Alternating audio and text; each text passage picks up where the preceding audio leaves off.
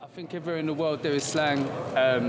That's a quick way to communicate. People make up their own ideas of the language, and often it's to shortcut maybe a longer sentence. It's a more efficient way to talk. There's all different types of slang. I'm sort of middle-aged now, but the younger people, they use a different slang to what we used to use many years ago.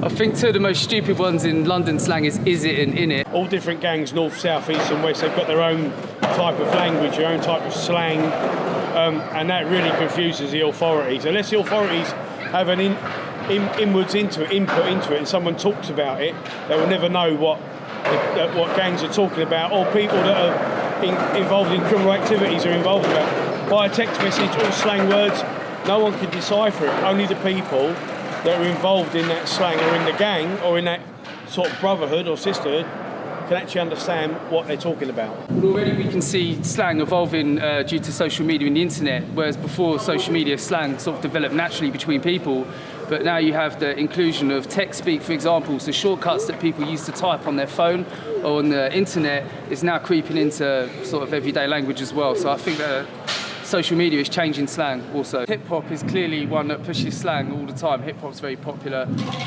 Yeah, I think music plays a massive part in modern slang. A lot of our slang in London is like sort of, you know, part Jamaican or maybe from American hip-hop also, and we have our own Cockney rhyme as well, and it's all mixed up. So I think music is popular, and the way the performers in the music, the DJs or the fucking band or whatever they talk, affects their fans, and they use their slang as well. So slang can be kind of international as well. There's certain slang words that transcend a city or a region, and that probably come from pop music, I'd say.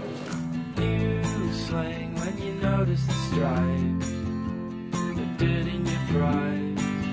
Hope it's right when you die. Someone most probably will produce at some point a book on slang or a book on gang slang. Most probably, that is to come most probably. When we used to go out years ago and we used to go and get our spray paint, we used to rack it, we used to go into the shop, look around. There wasn't so many cameras about, we used to sort of put it in our coats, and that's what we call racking. We used to take it off the rack, and we used to call it racking, not shoplifting like the authorities would call it. Bruv is loosely, I mean, it could be your compadre, it could be your brother. I'm not really a liker of bruv. Someone calls me bruv, I'm not really no. Some people like to say that slang is unsophisticated, but actually I think it's quite a sophisticated form of communication. You know, it's whatever works for you, so I've got no problem with slang whatsoever, no problems. Nobody speaks the fucking Queen's English in England, do they, you know? So, you know, people speak more the Queen's English in India than they do in England. Like, there's a reason for that. To speak the Queen's English is quite long, it's slow. Like, a lot of Londoners drop the T's, you know, people don't say T's, they don't say water, I say water because it's quicker. You know, it's natural, I think.